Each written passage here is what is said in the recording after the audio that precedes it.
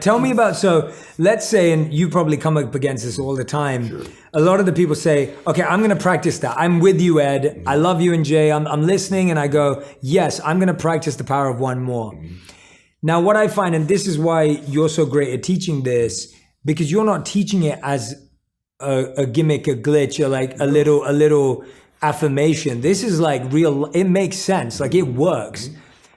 People get so tied to the result that when they try it the next day and the sales meeting doesn't go their way or the pitch doesn't go their way, they go, it doesn't work. Yeah. It doesn't work. Mm-hmm. Why didn't it work? And how should we respond when we fail or get rejected the next day? Well, it didn't work because you're so attached to the outcome. I coach a lot of athletes. I know you do as well. And one of the things that's a really nuanced thing in life, it's great to have goals. You should have goals. I want to do this or that.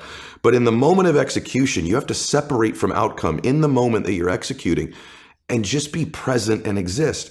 I talk about this in the book. Here's what I would say. If you're going to win long term, 95% of people have an operating system in their mind where they operate out of history and memory. I like that. And about 5% of humans operate out of vision and imagination. So the reason we're so much happier, I believe, when we're children is we have no history and memory. So we operate out of imagination and dreams and vision. But at some age, some people it's 5 years old, some it's 8, some it's 18, some it's 28. They create a history. And that history then becomes the operating system. So even if they take on a new behavior or tactic, they're operating out of a pattern of thought and belief that's historic and memory based. And so the number one thing I would say is begin to operate out of your imagination again, out of your vision again. Create from that place. If you create from that place, now you're not tied to the result in that moment. You're giving yourself space to imagine and create something new in your life. That I've never heard that in that language, man. That is so powerful. Thank you. You're so right about as kids how we don't have any memory or history, so we don't have any blocks, we don't have any limits. Don't. And begin to listen to the people around you. People say, hey, you're the product of who you hang around. Wow. How do I know if they serve me or not? Here's one way to just deduce this, because they could be beautiful people who care about you, and they might even support you. But when you're with them, what are you ever have those friends you're with them, you're like, you remember when, you remember that party, remember that thing? Yeah. And if your friends are constantly bringing you to the filtration system of memory and history all the time, think this through.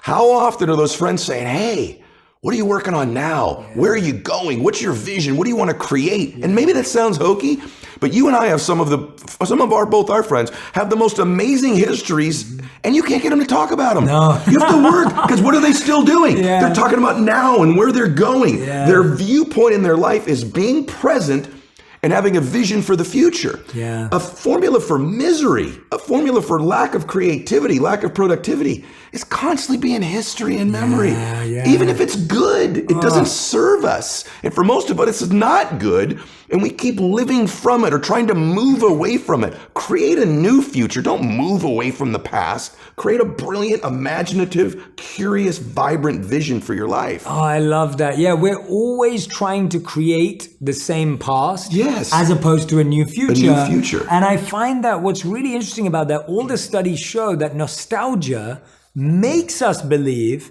that the past was more phenomenal than it actually was. If you remember that party you went to at college, it's better in your memory than it actually was. If you actually could have gone back and remembered how you felt hungover and what you broke a bone or whatever happened, but now in your memory, it's beautiful. Beautiful. Right? So our memory also is slightly warped of the past. No question. It can make things feel much better or much worse sometimes.